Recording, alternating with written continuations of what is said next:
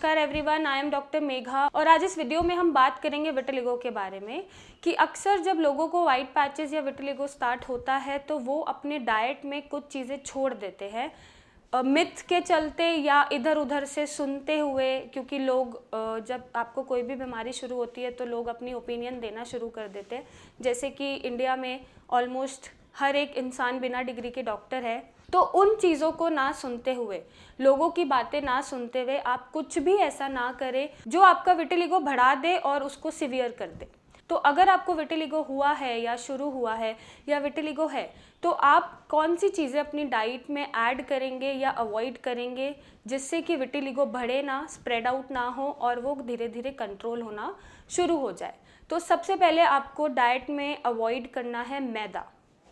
मैदा आप जितना अवॉइड करेंगे उतना आपका विटिलिगो बढ़ने से रुकेगा।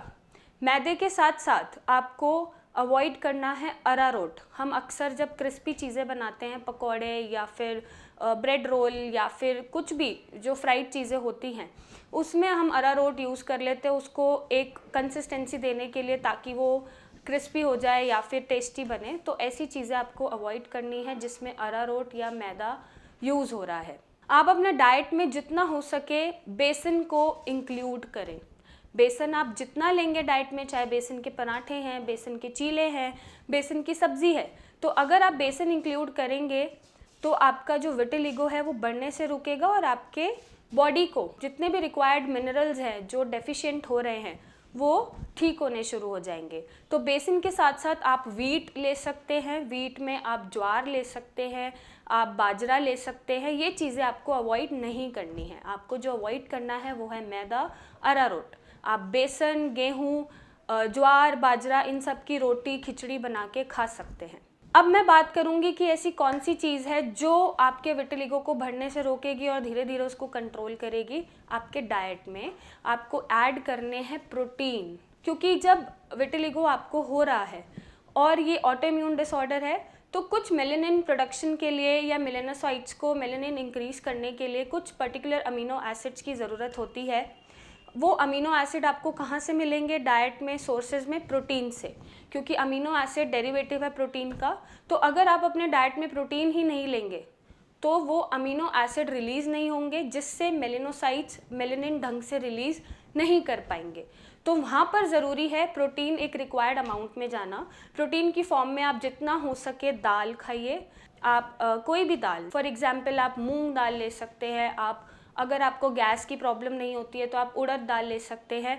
बाकी मूंग दाल बहुत हेल्दी होती है, प्रोटीनिशियस होती है। तो आप जितना हो सके दाल खाइए प्रोटीन फॉर्म में। आप जितना हो सके लेंटिल्स खाइए, आप जितना हो सके मशरूम्स खाइए। अगर आपको मशरूम से कोई एलर्जी नहीं है तो आप जितना हो सके चिक पीस खा सकते हैं, बीन्स खा सकते हैं। तो इन पर्टिकुलर प्रोटीन सोर्सेज को ऐड करके अपने फूड में आप अमीनो एसिड को नॉर्मल कर सकते हैं जो डेफिशिएंट हो रहे हैं, जिससे आपके मेलानोसाइट्स अच्छे से मेलेनिन रिलीज करें। नेक्स्ट आपको जो चीज़ें खानी हैं वो होनी चाहिए जिंक डेरिवेटिव्स, क्योंकि विटिलिगो आप अपने आप में ये एक ऑटोइम्यून डिसऑर्डर है जिसमें मिनरल्स और विटामिन्स की डेफिशिएंसी हो जाती है मेलेनिन के साथ साथ।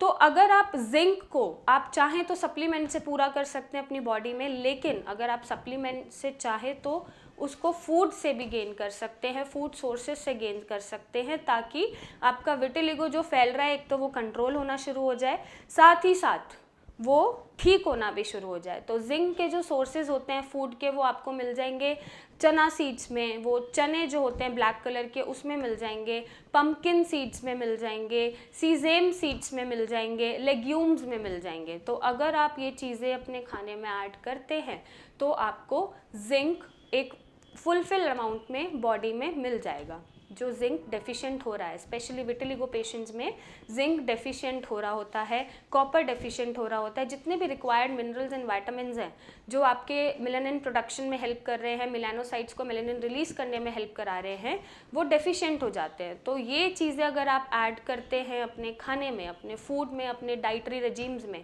तो आपके विटिलिगो जो स्प्रेड हो रहा है, जो कंटिन्यूसली बढ़ रहा है, वो कंट्रोल होना शुरू हो जाएगा और धीरे धीरे विद प्रॉपर ट्रीटमेंट, मेडिसिन का प्रॉपर ट्रीटमेंट जो आपके ऑटोइम्यून डिसऑर्डर को ठीक करेगा, उसको रिवर्स करेगा, उसके साथ साथ तेज़ी से रिकवरी जो है आपकी फास्ट हो जाएगी, जो धीरे धीरे हो रही है या जो स्प्रेड आउट हो रहा है। अगर ये चीज़ें हैं साथ साथ, और अगर आप एक ट्रीटमेंट सही ले रहे हैं, क्योर की तरफ ट्रीटमेंट ले रहे हैं, तो आपका ट्रीटमेंट इन डाइट को ऐड करके या इन फूड सोर्सेज को ऐड करके वो तेज़ी से रिकवरी की तरफ चला जाएगा और ये बढ़ेगा नहीं या स्प्रेड आउट नहीं होगा। कई बार ऐसा होता है कि पेशेंट का एक जगह ठीक हो रहा है विद आर मेडिसिन या कोई भी ट्रीटमेंट के साथ, लेकिन फिर क्या होता है कि किसी नई जगह पे वो दिखना शुरू हो गया थोड़े दिन बाद। तो अगर ऐसा हो रहा है, दैट मीन्स आपकी बॉडी में कुछ चीज़ की डेफिशिएंसी है जो उसको बार बार रिकर कर रही है या बार बार होने दे रही है।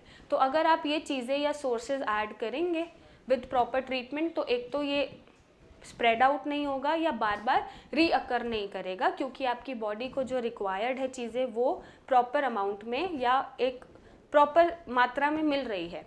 तो आपकी बॉडी जो डेफिशिएंट हो रही थी वो रिकवर कर रही है और ये बार बार आपको रीअकरेंस नहीं दिखेगी।